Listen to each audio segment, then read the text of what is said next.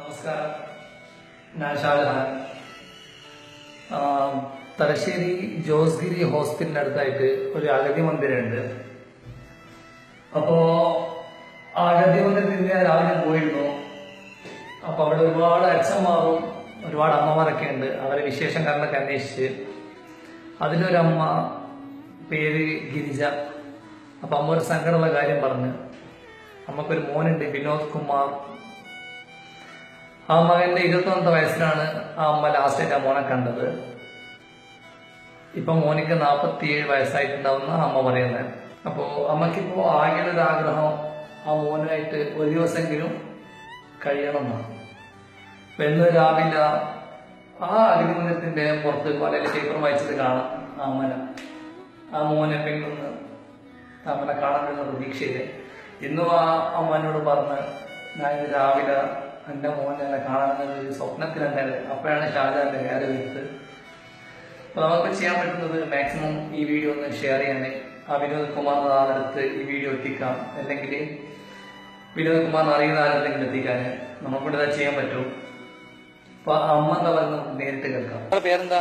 എന്റെ പേര് ഗിരിജ. ഗിരിജ.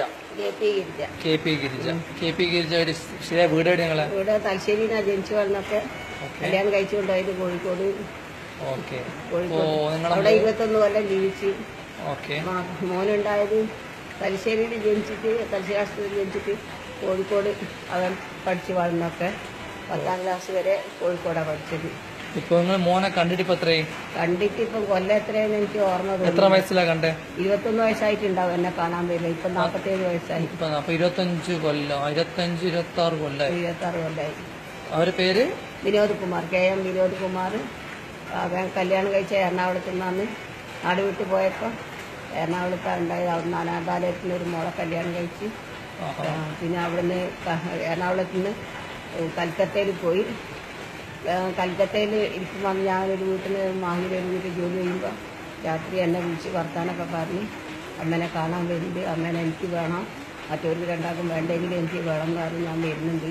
അവൻ കല്യാണം കഴിച്ച് ഭാര്യയും 2 മക്കളും ഉണ്ട്. അപ്പം അനാഥാലയത്തിനെ കഴിച്ചപ്പോൾ എനിക്ക് ഭയങ്കര സന്തോഷമായി. ഞാൻ പറഞ്ഞത് വലിയ അനുഗ്രഹം തന്നെയാണ് ദൈവത്തിൻ്റെ. ഇങ്ങനെ ഒരു മോൾക്കൊരു ജീവിതം കൊടുക്കാമെന്ന് പറഞ്ഞാൽ 2 മക്കളുള്ളതിന് മോള് പ്രായം കഴിഞ്ഞിട്ട് ഒരാഴ്ചയായിട്ടേ ഉള്ളൂ. അന്നേരം എന്നെ വിളിക്കുന്നത്. അത് കേട്ടപ്പോൾ ഞാൻ പറഞ്ഞു എനിക്ക് ചിറകൊന്നും ഇല്ലാതെ മോനെ ഓടി വരാൻ വേണ്ടിയിട്ട്. ചിറകുണ്ട ഞാൻ പറഞ്ഞു വരികയായിരുന്നു. എനിക്ക് എൻ്റെ മോനെ എടുത്ത് 2 ദിവസം ഇരിക്കണം. ഓക്കെ, നിങ്ങൾ ടെൻഷൻ അടിക്കൊന്നും വേണ്ട. ഇതിപ്പോൾ ഫേസ്ബുക്കിലാണ് പോസ്റ്റ് ചെയ്യുന്നുണ്ട്. ഇത് എവിടെയെങ്കിലും വെച്ച് നിങ്ങൾ വിനോദ് കുമാർക്ക് എന്ന മോനെ കണ്ടുപിടിക്കുകയും ചെയ്യും. നിങ്ങൾ ഒരു കാലം വിഷമിക്കണ്ട. ഒരു മോനും ഒരു മോളും ഉണ്ട്. ഒരു മോളാ മൂത്തത്.